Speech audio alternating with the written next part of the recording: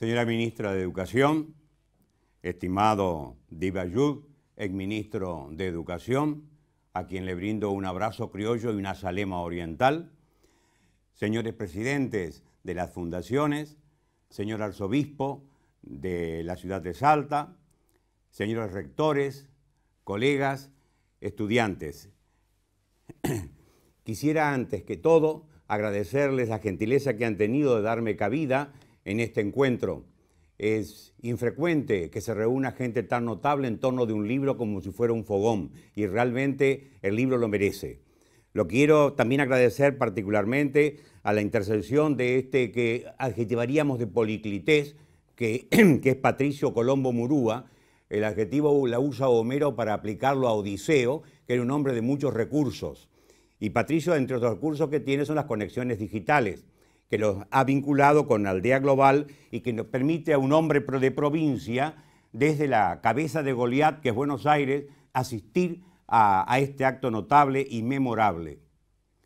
Usted me puede decir, como dicen en mi pueblo, que siempre aparece una torta frita entre los pasteles, pero la función de la torta frita que soy yo es reconocer el valor y exaltar el valor de los buenos pasteles salteños y tucumanos que están allí presentes. De modo que humildemente cumplo mi oficio de contraste con esto.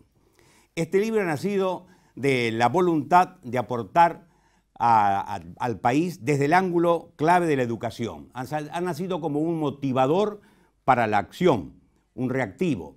Yo diría que es un instrumento notable de gobierno si bien se lo toma, porque es un haz de propuestas concretas de políticas educativas de Estado. Las políticas de gobierno, las políticas de Estado, tienen dos exigencias que no son fáciles de cumplir para los argentinos.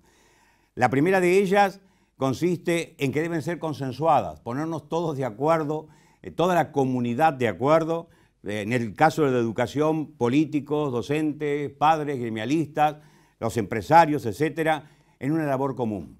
Un hombre del NOA, Juan Ignacio Gorriti, decía en sus reflexiones en 1836, lo que a todos toca, por todos debe aprobarse.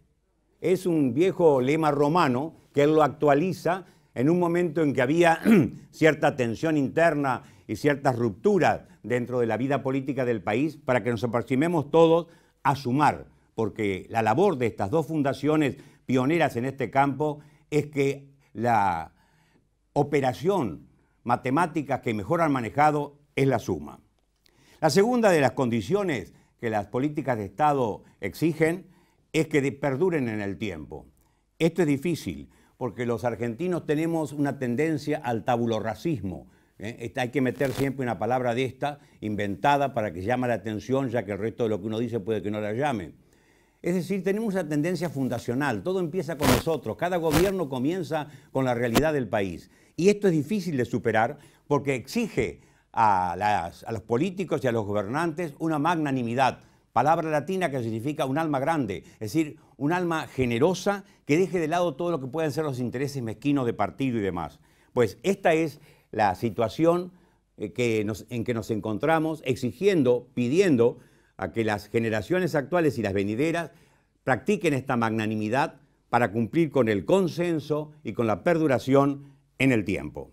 Estas políticas, estimamos, van a sacar a nuestra educación del estado de decadencia en que están de hace 30 años. No es de ahora, ni del gobierno pasado, ni del anterior. Ya llevamos 3 largas décadas con una inconsciencia por parte de nosotros, que no hemos sabido atender a las luces amarillas, después rojas, que iban indicando la decadencia en que íbamos cayendo. No atendimos los síntomas. Y entonces, a partir de allí, nos dimos cuenta que no habíamos hecho carne la cultura de evaluación. Avanzábamos en el tiempo y no evaluábamos lo que hacíamos. Y muchas veces hay reacción frente a la cultura de evaluación. A veces los propios gremios y los docentes ven con ciertos reparos lo que es el proceso evaluativo en el campo de la educación. Hoy en el Tribuno lo decía con la claridad que es habitual Colombo Murúa, que sin diagnóstico no hay proceso de curación, pero los argentinos tenemos una tendencia natural a desoír el termómetro, sino a romperlo, que es lo que nos está acusando el estado en que nos encontramos. Roto el termómetro, lo que viene después es el vacío de la fiebre. Pero seamos sinceros, la educación no es una preocupación argentina. Los mejores sondeos de opinión en la Argentina demuestran que están en sexto o séptimo lugar.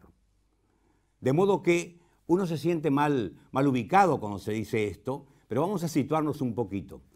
Se cortan las clases por un paro docente. Se alza el vocerío de los padres criticando esta situación porque tienen que resolver una serie de dificultades con los chicos en casa, un vocerío que va creciendo y finalmente el conflicto se tranquiliza, todo vuelve a su lugar. ¿Y usted escuchó alguna vez un vocerío de padres pidiendo porque restauren los días perdidos? ¿Usted escuchó alguna vez un gremio diciendo al ministro de Educación, vamos a restaurar lo que hemos perdido? Eso no se da. Por eso hay un silencio cómplice por parte de los padres y otras instituciones respecto de esto. El vocerío es cuando al chico en casa y le complica la vida. Cuando lo que se está haciendo con este gesto de no recomponer los días perdidos es incumplir con la ley. La ley establece y es la cantidad de días de clase más baja de toda la región y una de las más bajas del mundo, 180 días de clase. O sea, 180 días de clase le quitamos, como ocurre y está ya ocurrido en algunas provincias, hasta un mes, hasta 30 días de clase, no hay problema porque no hay reclamo posterior y no hay restauración, no hay cumplimiento de la ley. La ley prevé que se den clases los sábados, que se supriman las vacaciones de julio, que se continúe el periodo electivo, excepto en el distrito de La Cava, de la ciudad de Buenos Aires, en el resto del país nunca se ha hecho. Entonces nos encontramos frente a una situación que realmente es más declamar un verso, y lo digo como perito, como doctor en letras, como perito en esta materia, más declamar un verso respecto a la preocupación por la educación que no realmente estar inquieto por ella. ¿Dónde está la comunidad de padres cuando falta el clamor popular por restaurar los días? Y el clamor popular, la exigencia popular, es oída por los gobiernos, de modo que a esto, claro, le sumamos al silencio de los padres el cinismo de muchas autoridades educativas que enuncian frases como esta sin preocuparse por recuperar los días. Lo toma del texto, texto escrito. Se priorizarán los contenidos y reajustarán los objetivos. ¿Está claro? Está claro que no se entiende porque eso no se cumple jamás, ni se hace. De modo que estamos frente a un caso de verbalismo que no ayuda a enriquecer nuestra educación.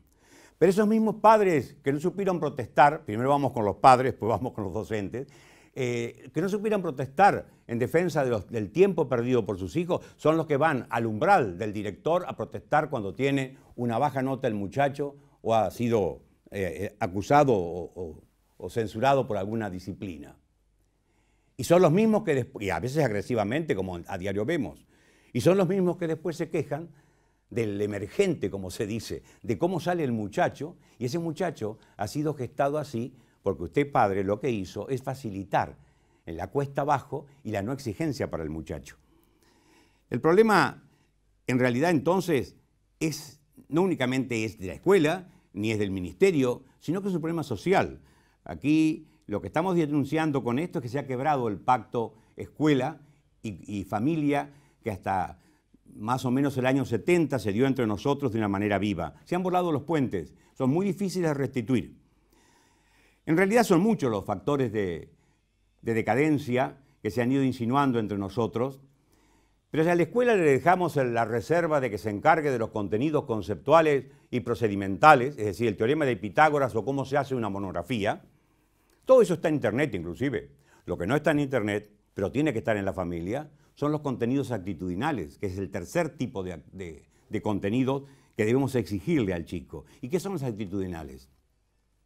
Enseñarle el respeto a los otros miembros de la familia, enseñarles la convivencia, enseñarles la tolerancia, el orden en las pequeñas cosas que hace, la responsabilidad en las tareas mínimas que se le encargan dentro del seno del hogar, la resiliencia, palabra horrible de decir, pero que viene de un verbo latino que significa el hombre que avanza en el camino, tropieza con una piedra y recula, pero no recula como reculamos los argentinos para puentear la piedra, sino en todo caso para inventar un puente y pontear la piedra superando el obstáculo. La resiliencia es la clave de toque de la educación. Sin embargo, los padres actuales lo que hacen es asencillarle la vida al muchacho, quitarle todo obstáculo de encima y lo van convirtiendo en lo que yo llamo un hijo ameba, que cuando sale después a la sociedad no sabe defenderse.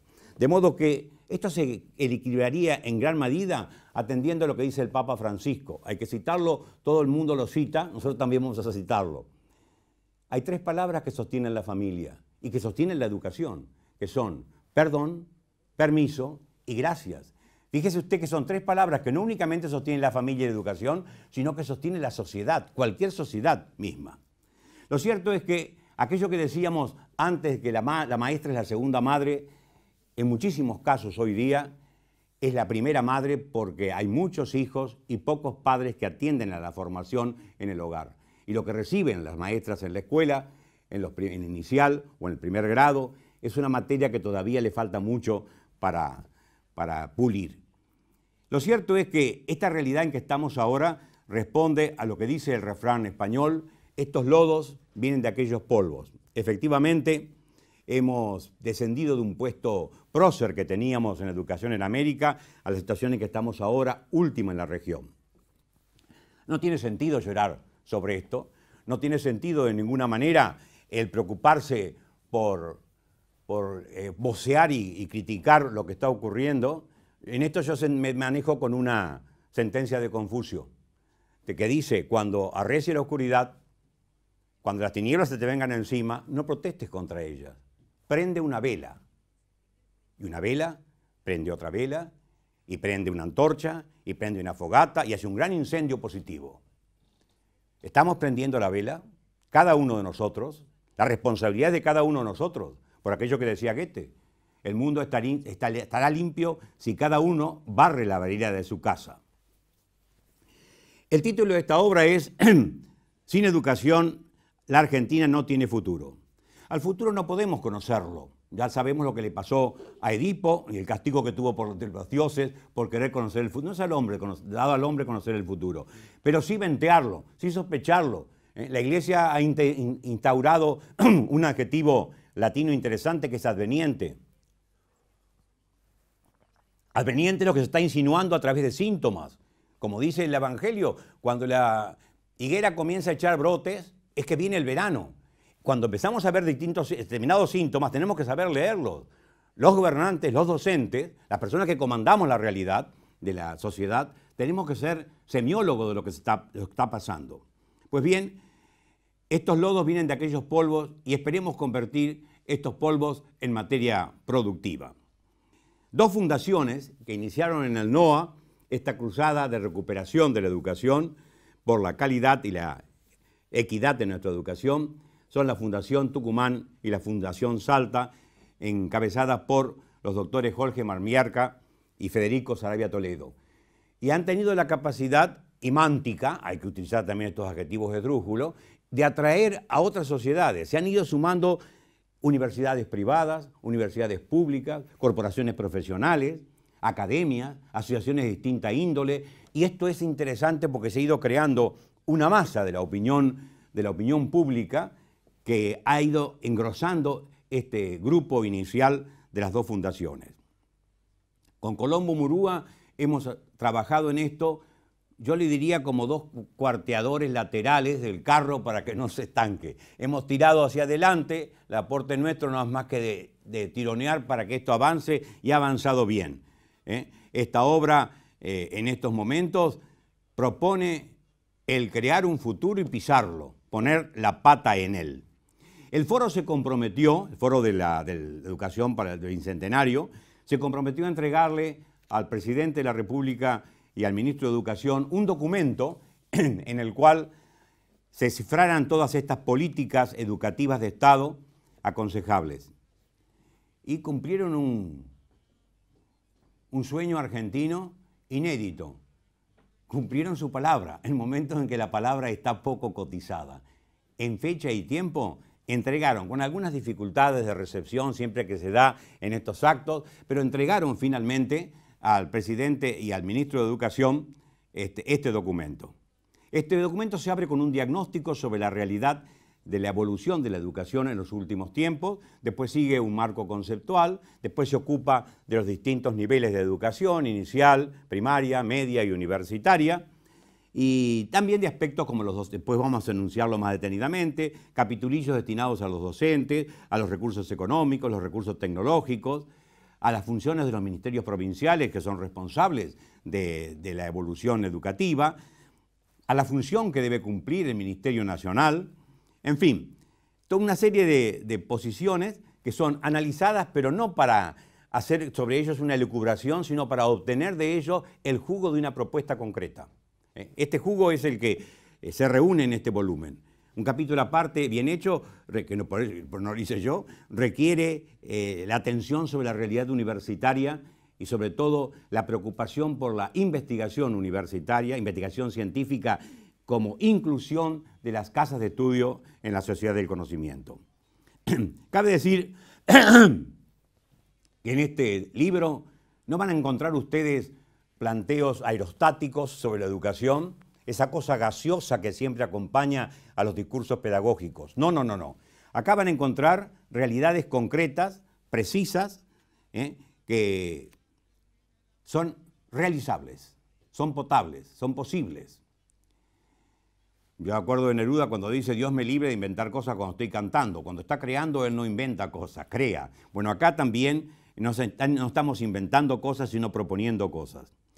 Lo primero que propone este documento ya no es una mera sugerencia, es la exigencia de la ley, la exigencia ciudadana que debemos plantear frente a lo estatuido por la ley. La ley establece los 180 días de clase que no cumplimos y de lo cual hemos hablado recién. La ley establece la amplitud de la jornada educativa, de la jornada extendida, que tampoco se ha cumplido sino mínimamente en nuestro país. Un tercer elemento que la ley exigió y no se ha cumplido tampoco es la inclusión de los chicos de 3 años en inicial.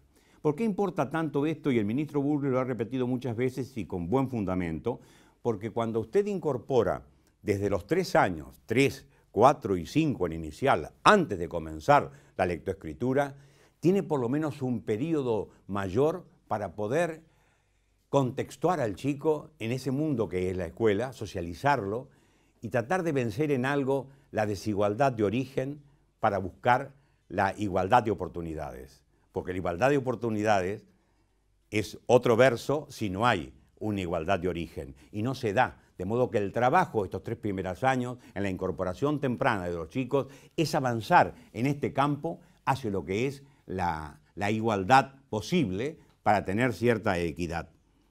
Estos 3 principios están insistentemente presentes en el libro, pero además hay otros elementos, por ejemplo el caso de la necesidad de replantear un nuevo secundario, el caso de la formación docente. En estos momentos estamos colaborando con el Instituto Nacional de Formación Docente, que la ley de Educación Nacional con mucha inteligencia creó y en los años anteriores trabajaron bien.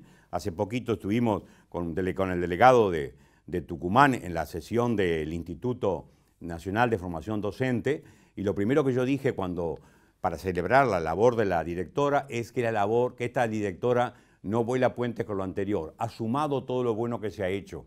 En los 1.500 a 1.600 institutos de formación docente, monstruosa cifra para un país como la Argentina, cuando Francia tiene 30, otros tienen 20, Suecia tiene 14, nosotros tenemos 1.600 institutos.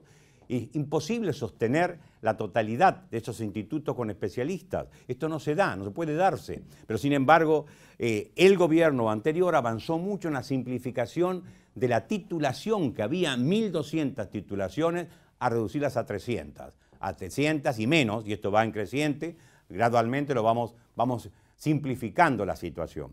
De modo que sumamos a lo hecho lo que hay que hacer, y el Instituto de Formación Docente se va a encargar si Dios quiere y los argentinos decidimos, a profesionalizar al docente, al darle jerarquía. Es muy difícil rescatar en el imaginario popular el respeto al docente. El respeto, palabra latina que significa mirar 2 cosas, respectum. Y cuando yo miro 2 veces una realidad, comienzo a conocerla mejor. El respeto no consiste en ceder el paso en la calle, sino en considerar la persona. Y más, la palabra considerar significa verla desde la sídera, desde arriba y de todos lados. Atender a las personas, esto es lo que indica el respeto. Y precisamente es lo que hemos perdido respecto del maestro, respecto del docente en general, y que habría que restaurarlo. Va a ser una tarea difícil, muy difícil, para lograr que esta respetabilidad avance. La profesionalización del docente también exige que tenga articulación universitaria y que se dé en el campo universitario la posibilidad de que avance con maestrías y sobre todo que adquiera ciertas características básicas de lo que es la investigación práctica, la investigación-acción, porque el mismo maestro debería tener la capacidad de hacer una estadística de su tarea, además del examen diario de conciencia que tiene que hacer acerca de lo que durante el día realizó, pues hacer un análisis de esa realidad, poder procesarla, numerarla y aportar al grupo de la escuela, del colegio, no su granito de arena, porque los catedráticos no hablamos así como el pueblo, sino su corpúsculo de sílice. Y ahí también se le guardan respeto a uno. Bien, ¿qué otra cosa importa en la formación docente? Que terminen la asignación de cargos por horas y que se den por cargos, porque entonces yo no soy ya esta especie de semoviente que va de un colegio a otro tomando taxis o corriendo en colectivos, colgado de la percha del colectivo para poder llegar a tiempo. Que usted se siente y se radique, que eche raíces en un establecimiento. Tenemos antecedentes legales sobre esto, se ha cumplido el proyecto 16 durante mucho tiempo, ha sido muy positivo, ¿por qué no lo retomamos? Y esto es lo que se propone, una de las cosas que se propone en el documento. Y que entonces, estando radicado, pueda, más allá de las clases, tenga tiempo para dialogar con los colegas, saber qué han hecho ellos, cambiar la experiencia, trabajar en equipo. Palabra que se maneja siempre sin saber de dónde viene, que viene de una voz escandinava, skip, que significa barco. Estamos todos metidos en el mismo barco. Y esto es importante, y para esto merecería desarrollar el sentido de equipo que los escandinavos utilizan en esta palabra, pero no hay tiempo ahora, demasiado estoy abusando de ustedes. La formación de tutores es fundamental. Comentaba hoy a la Gaceta de Tucumán que Finlandia ha avanzado mucho porque donde hay un problema hay un tutor al lado. Donde el chico se detecta que tiene un rotacismo y dice Rosa en vez de Rosa, le ponen al lado un tutor para corregir esto. Y no esperan que llegue hasta el final de su carrera y señalar el defecto que tiene. Ese tutorado es importantísimo, así como también la formación de los directivos, de líderes directivos, de los directivos mismos, de los inspectores y los supervisores. De modo que todos estos elementos que están propuestos en nuestro libro, desde el punto de vista de la organización de la escuela, a esto le vamos sumando otras cosas. La exaltación de la cultura del trabajo. Hemos caído en una cuesta, en una pendiente, el ejercicio que yo hago con los chicos en primer año en la universidad. ¿Qué es una pendiente? El muchacho le hace así. Y como maneja el lenguaje gestual y no se preocupa por hablar, usted le hace montoncitos de dedos. Y ahí toma conciencia de que no se ha expresado. Entonces se expresa y dice una cuesta abajo. Cada 100 alumnos, 98 ven la pendiente como una cuesta abajo. La vida no es así. La vida es cuesta arriba. Es soda de nudos, es esforzarse, es escalera, ¿no? Más, había aquel alemán que decía, no me gustan las escaleras porque facilitan todavía el ascenso. El ascenso dificultoso es a veces lo que forma más que este facilismo en que estamos cayendo. Lo que habría que formar en el muchacho desde la casa es la conciencia nómica, del nomos de la ley. Si hay un cáncer en la realidad argentina, es la anomia en todos los campos, en el campo económico, en el político, en todos los campos. La primera sorpresa que tiene el extranjero cuando llega al país, y esto lo hemos desarrollado mucho en nuestro trabajo, es encontrarse con que desde el semáforo, los impuestos, no respetan nada. Pero esto viene desde muy antiguo. Tenemos documentos del siglo XVII donde señala esta realidad anómica. Va a ser difícil luchar contra esto, que el doctor Nino lo desarrolló también en su libro conocido, pero esto comienza desde la casa. La coherencia del padre en lo que dispone y cumple. La coherencia del maestro en lo que dispone y cumple. Y a partir de allí, yo he visto en Francia cómo se enseña la circulación vial a los chicos de inicial para respetar el teléfono, las luces rojas. Ahora digo teléfono porque se me cruzó la idea de una idea loca que han lanzado en Buenos Aires ahora, de que para los que van visualizando, porque ocultar es de oreja, visualizando el celular en la calle, había un proyecto municipal de que le proyecten la luz roja en el suelo para que esté advertido. Es sumar idiotez, idiotez. Entonces no podemos hacer esto si estamos facilitándole todavía todo al que está desatento de las normas. Atender a la cultura del diálogo. El diálogo en nuestro país no entró todavía en los contenidos como un contenido real de enseñanza. Se da por manejado. Y ve usted televisión, ve una mesa de televisión, un programa que se llama Dos Voces tiene 14 juntas. No sabemos escucharnos siquiera. La iglesia predica mucho la escucha atenta, el poner la oreja, la gran audiencia que tenemos. No lo practicamos. Estamos pensando en lo que vamos a decir y en lo que dice el otro y por lo tanto no hay empalme, no hay articulación. A la cultura del esfuerzo, a la cultura del diálogo, tenemos que sumarle la cultura de los valores. La decadencia de la enseñanza en este campo ha afectado muchísimo al país. Y es un tema que había que desarrollarlo muy por largo. ¿Está en los contenidos? Sí, pero no está en el aula. Y vamos a decir la verdad, la única realidad es el aula. Ahí es donde se mata al rey, o se salva al príncipe, o se condena a la princesa, en el aula. Lo otro es letra, no es realidad.